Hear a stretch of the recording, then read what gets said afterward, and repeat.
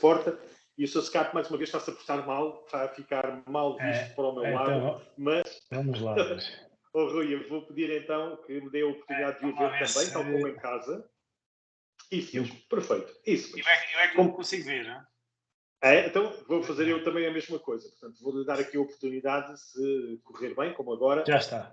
Perfeito. Muito bem. Então, como puderam já perceber, vocês todos que estão a assistir a esta nossa conversa, de que vamos estar de regresso hoje na temática, neste caso, nas entrevistas exclusivas das 6 válvulas, da temática do todo o terreno.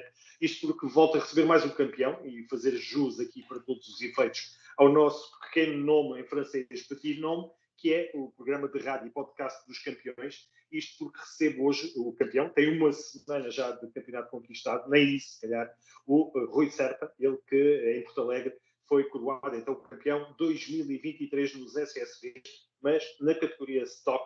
E eu convidei de imediato o Rui, felizmente já o tenho aqui, para fazermos então, porque não, aqui um balanço desta temporada, mas também, e por aí iremos começar, para conhecermos um pouco mais o Rui. Era uma curiosidade que eu tinha de o trazer aqui, felizmente já aqui está. E eu iria lançar esse desafio ao do Rui, primeiro que tudo explicar, sabendo que tem uma vida agitada a nível profissional, não para, de facto, muito tempo no mesmo lugar, sempre a andar, e por isso eu queria saber como é que acontece o todo o terreno, como é que acontece ter chegado em 2023 ao campeonato de SSVs, mas eu perguntava antes quando é que tudo começa, Rui, quem é que tem a culpa e porquê o todo o terreno e não o futebol, o ténis, enfim, qualquer coisa. Fala-me um bocadinho então do passado, Rui. Bem-vindo. Muito bem. Então, muito obrigado, Gonçalo, pelo convite e boa noite a todos.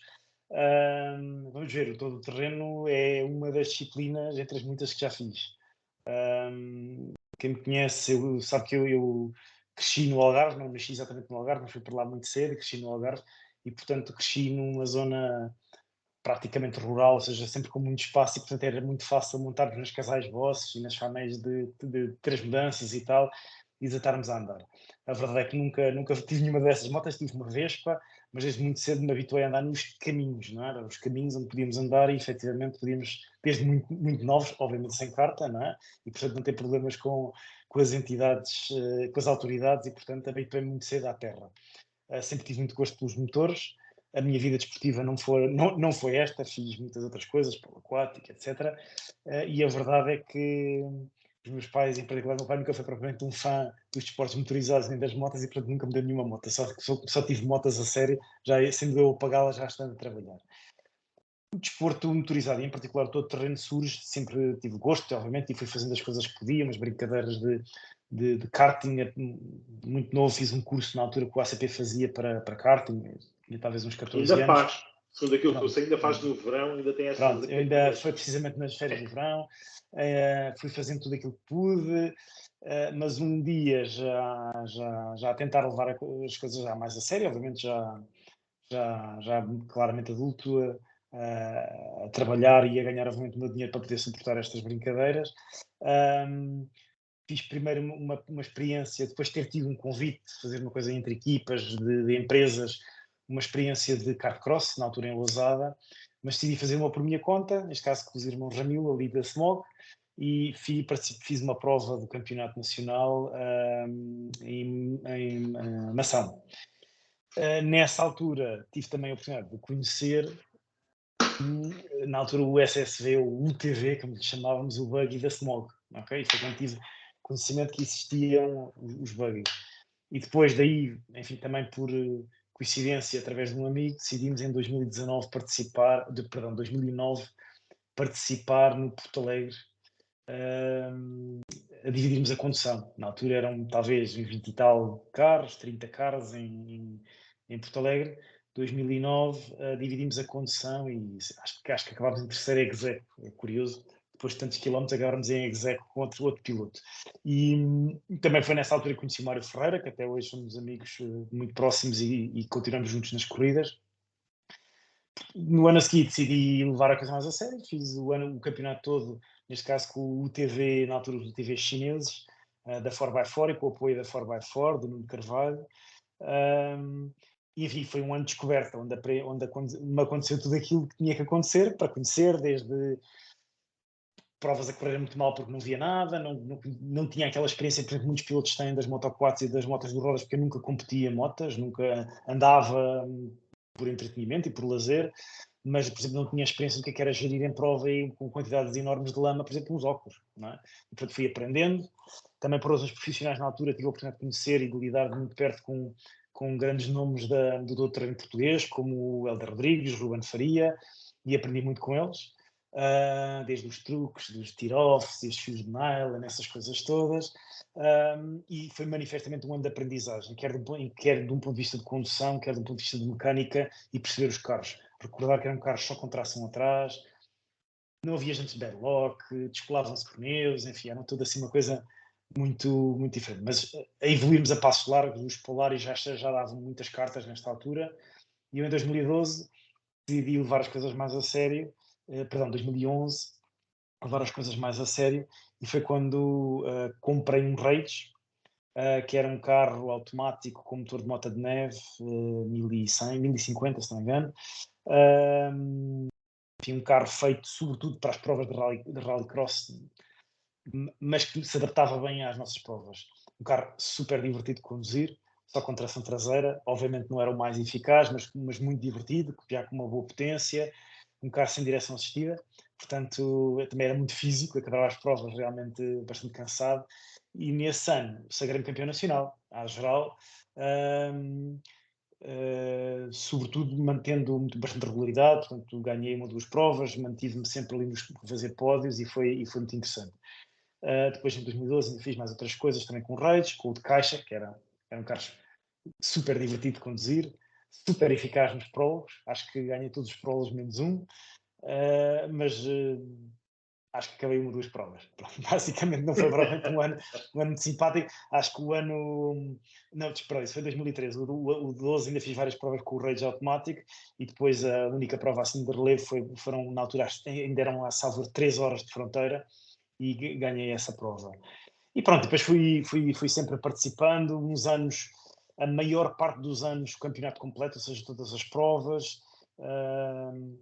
Eu depois tive 2 anos a viver fora e a trabalhar. Depois, quando regressei, corri com Polaris, fiz várias provas com Polaris, andei assim, também ali pelos lugares cimeiros, outras provas piores, enfim, uns anos melhores, umas corridas melhores, outras piores, mas sempre muito ligado aqui às provas. Ainda fiz uma vez também, uma segunda vez a fronteira que ganhei, neste caso a dividir conta com o António Ferreira. Mas o bichinho sempre cá ficou, nunca me aventurei noutras disciplinas.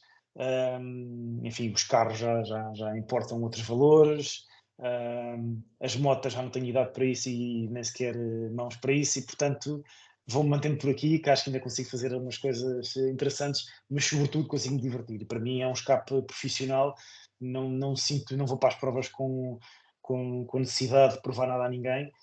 Divirto-me a fazê-las, é aquilo que mais quero, mas obviamente considero-me uma pessoa competitiva e sempre fui, tanto do ponto de vista desportivo como profissional, e portanto, quando lá estou, obviamente aquilo é para levar até ao fim.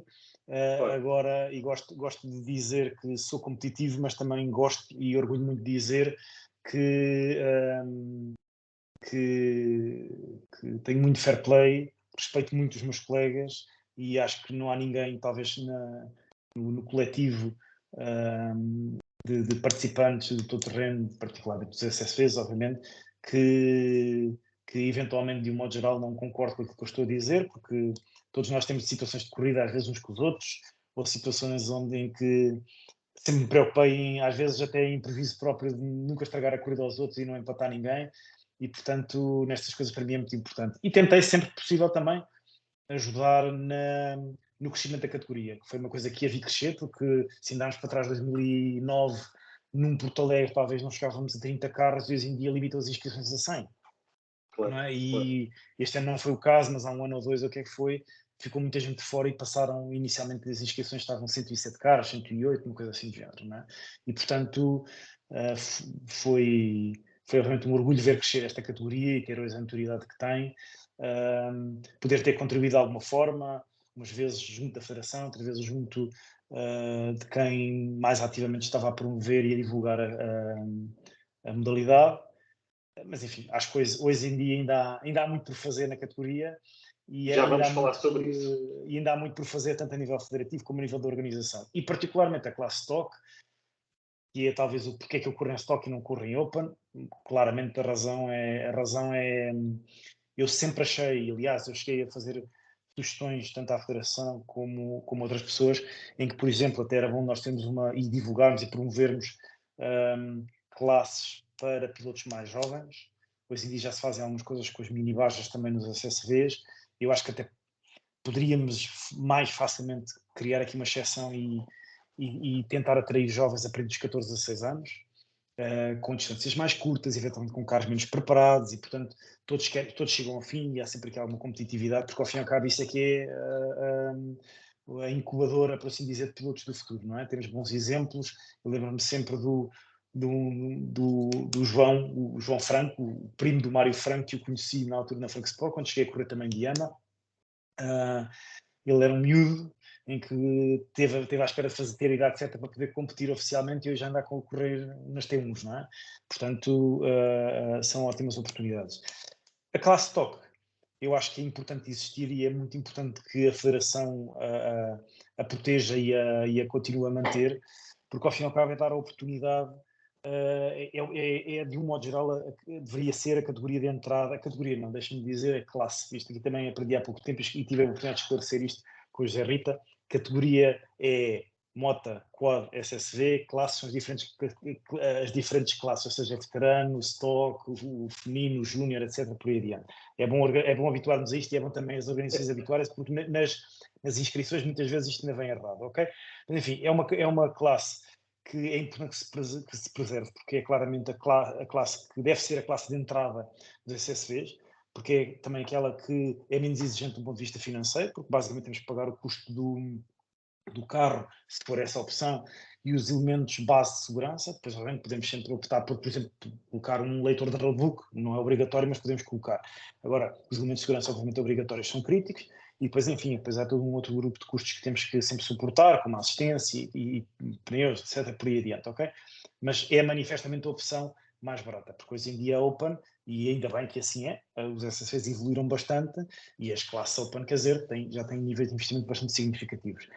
E como temos o exemplo deste ano, e isso sinceramente orgulho, já é uma classe com altos níveis de competitividade. Basta ver, se não estou enganado, ainda não fiz bem as contas, porque nem sequer vi bem o resultado do Paulo Fernandes, mas se assim for, ou até há bem pouco tempo, quer dizer, nos 3 primeiros lugares estavam 3 marcas, Canam, Polaris e Yama, o que significa que é bom, ok? O que é interessante, porque é competitivo e vamos até ao final, e foi um campeonato suado, como eu costumo dizer, porque fomos mesmo até a última classificativa, não é? Para poder ter um resultado Rui, final.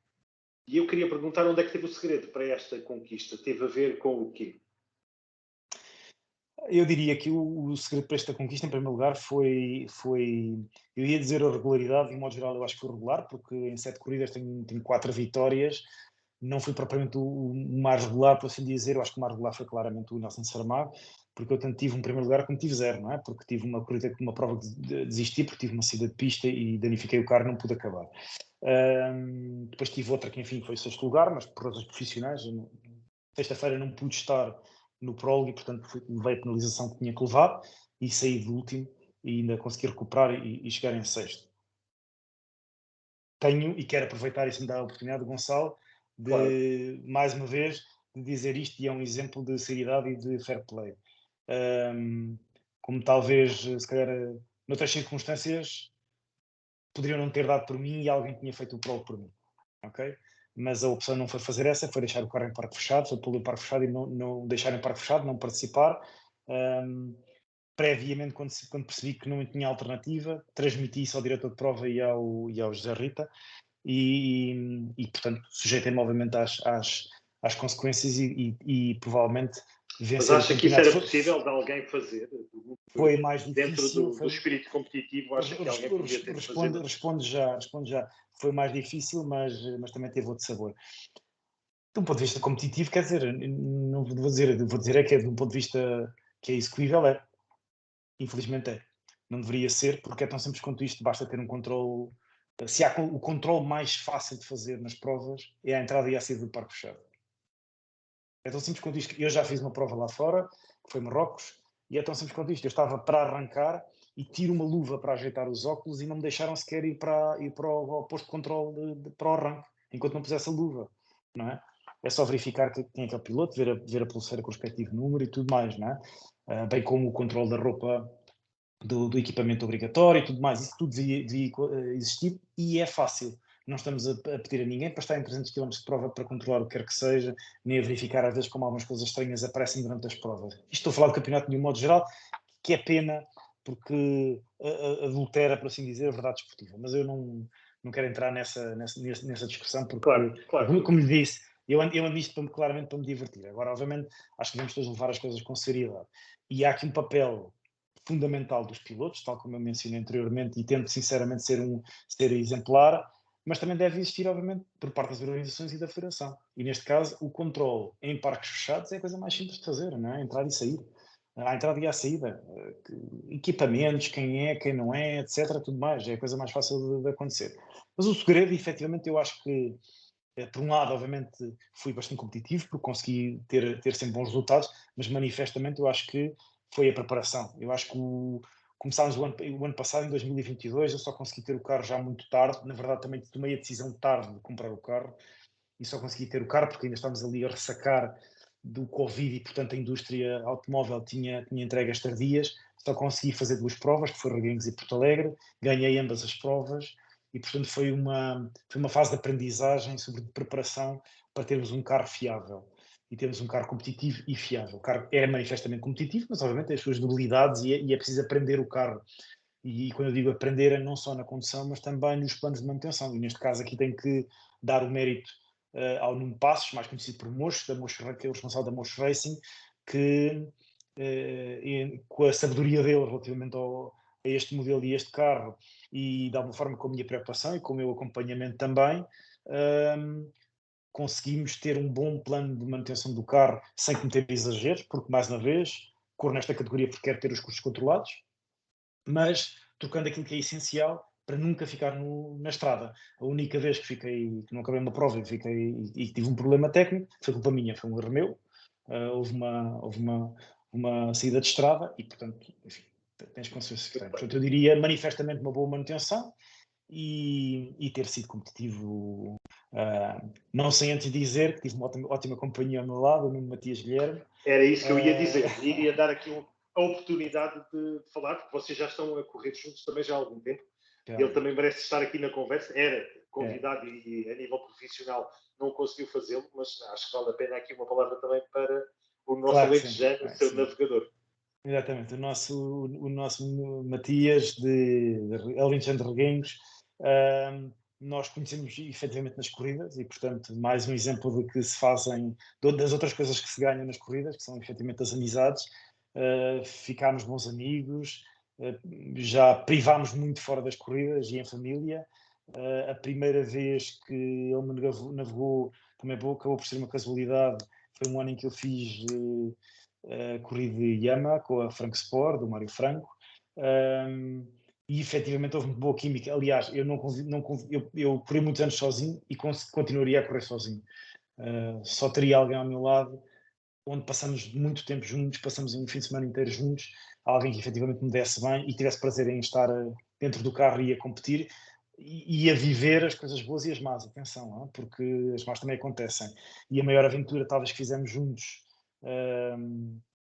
se calhar até esta época completa, foi fazermos o Rally de Marrocos, onde também nos aconteceu tudo, desde coisas boas, bons resultados numas etapas, outras nem por isso, darmos cambalhotas para a frente numas dunas e tal, numa ligação para a última etapa tivemos um problema mecânico, fomos os últimos a partir, mas enfim, conseguimos chegar ao fim. E este ano, mais uma vez, foi muito mais, eu começo por dizer que foi uma excelente companhia e é um privilégio ter um amigo ao lado, mas de um ponto de vista técnico, o Nuno Matias é muito bom navegador. Não só tem o conhecimento técnico todo, como sabe, e naturalmente foi uma coisa que de alguma forma construímos os dois juntos, dar-me as informações ou dar-me o apoio que eu preciso. Eu não preciso de todas as notas, eu só preciso de algumas, ele sabe disso. Ele muitas vezes diz-me, agora são 2 km à vista, na verdade não são 2, há lá uma nota qualquer no meio, mas ele entende que já sabe que eu não preciso dela, ou que não me deve dar, e que sabe quando é que deve dar a nota, se é mais perto, se é mais longe do obstáculo, e portanto sempre tivemos uma sintonia muito boa, não só de um ponto de vista técnico, competitivo, mas também pessoal, porque nos divertimos muito. Passamos um bom fim de semana junto, e isto também é uma parte importante das corridas, que ao fim e ao cabo é um fim de semana entre amigos e às vezes com família, e também é isso que me leva a competir, não é só pelo prazer não é só por ser um petrolhead, não é? Como dizem os ingleses, um amante de motores e de gasolina, e obviamente da competição, mas também porque é um bom momento para estar com os amigos e escapar daquilo que às vezes são as pressões e as responsabilidades do dia-a-dia. Muito bem. Rui, é inevitável neste Uhum. apontamento final, nesta conversa, sabermos em relação ao próximo ano, porque uma coisa é conquistar títulos, outra coisa é revalidar Sim. títulos. Eu pergunto, e porque estamos aqui a falar de pilotos, por exemplo, o nosso campeão da categoria principal dos autos tem sido campeão ano ano? Não. Eu pergunto, no seu caso, Rui, se 2024 vai ser um ano de dar tudo para revalidar o título ou, pelo contrário, Sim. tomar embalo para No, depois fazer isso. claro, não o digo por nenhum suspense nem nada, mas eu não tomei uma decisão sobre o assunto. É cedo ainda, este fim de semana vou-me sentar um bocadinho com o Nuno Passos, com o Moncho, vamos conversar um bocado os dois. Para a semana depois também já cá tenho, porque entretanto saí de Portugal de uma viagem, o Mário Freire, também é um bom amigo e é um bom conselheiro, com quem eu gosto de discutir e de trocar ideias, e é uma companhia importante nas corridas, porque, como lhe dizia, não é só o prazer de andar de carro e o competir, é também, obviamente, os momentos que estamos juntos. E, portanto, ainda vou tomar essa decisão um bocadinho mais para diante, ainda não sei. Também é importante, também confesso, eu só espero que pelo menos as coisas fiquem por aqui de um ponto de vista competitivo, campeonato, federativo, etc. E digo, e tenho que dizer isto, porque temo que nos estrague o campeonato, confesso, ok? E digo porque... Quem e como? Estraga o campeonato em que sentido? O campeonato pode estragar de duas formas. Uma, se o complicarmos de um ponto de vista regulamentar e federativo, e digo com muita vontade, porque já tive esta conversa algumas vezes com o José Rita. Eu sou apologista de não compliquemos o regulamento. Nós temos um campeonato único na Federação das Motas. É efetivamente uma situação particular em Portugal. Foi construído aos poucos, fomos evoluindo muito em aspectos essenciais, particularmente na segurança. Temos segurança para dar e vender, temos tido, o campeonato é muito competitivo, anda-se muito depressa, tem havido muitos acidentes muito significativos, e há zero lesões, há zero pessoas que se magoaram. Eu, quando comecei a competir, nós não tínhamos, por exemplo, redes nas janelas. Foi a única lesão que eu vi de uma pessoa, foi uma pessoa que partiu o braço, foi que captou, e depois o braço de fora é um dos erros típicos de captão-se, ok? Evoluímos muito, não temos uma lesão, mas estamos no limite, não compliquemos mais, porque tudo isto são custos a aumentar. Não compliquemos com algum regulamento, não compliquemos quando às vezes nos queremos criar um regulamento, que nos queremos aproximar de um regulamento de FPAC ou FIA. Ora, se eu quero ter um regulamento FPAC ou FIA, então vou para a FIA, vou para a FPAC. Não é? Devemos ter aquilo que nos permita competir, com segurança em primeiro lugar, segundo, de uma forma acessível, porque são às tantas, isto tem uma escalada de preços, qualquer dia deixamos de ter estas provas com 70 e 80 participamos, como temos tido. E em segundo lugar, também nas organizações, porque neste momento temos 7 provas, já tivemos campeonatos com 5 provas, e a minha mensagem eu prefiro ter 7 provas, porque gosto de competir, gosto de fazer 7 provas. Obviamente também é mais exigente para os pilotos financeiramente, e se nós olharmos bem, nós agora no final do campeonato, em mês e meio, tivemos 3 provas. Okay? Não se esqueçam que os pilotos, isto é bastante exigente para os pilotos, num mês e meio ter 3 provas. Mas independentemente disso, o campeonato tem 7 provas, eu gosto de ter 7 provas, quero ter 7 provas, mas também já tivemos 5. Se tivéssemos que voltar a ter 5, para ter 5 boas provas, que tínhamos 5 boas provas. Há provas que se calhar não devem existir, porque não têm parques de assistência e parques fechados em condições, não têm condições para os pilotos estarem e as suas equipas, por exemplo, pó, lama, não há casas de banho, não há luz, não há água. Temos assistido a uma escalada de preços gigantesca. Reconheço que hoje em dia fazer uma prova em Portugal não é fácil e fazê-la bem não é barato. Percebemos isso, ok? Mas o pior é pagar e pagar bem, os preços sobem, mas não vemos isso refletido em termos de organização e condições para os pilotos. E, portanto, isso, não nos enganemos, isto já aconteceu em muitas outras modalidades, já aconteceu quando digo modalidades, não falo só em automobilismo, já aconteceu dentro do automobilismo, já aconteceu, e o Gonçalo tem bastantes anos de experiência, já viu isto na velocidade, já viu isto nas motos, já viu isto nos carros, já viu no todo o terreno, já viu no rally, em que tem ciclos onde as coisas vão muito bem e vão muito mal, ok? Muito poucos participantes, quase nada de participantes. Isto tem muito a ver com a forma como organizamos as coisas e, portanto, esta é uma reflexão, na minha opinião, que tem que existir permanentemente e a solução não está nem do lado da federação, nem do lado das organizações, nem do lado dos pilotos. Está quando os três se sentam a conversar em condições e com vontade de fazer as coisas bem feitas.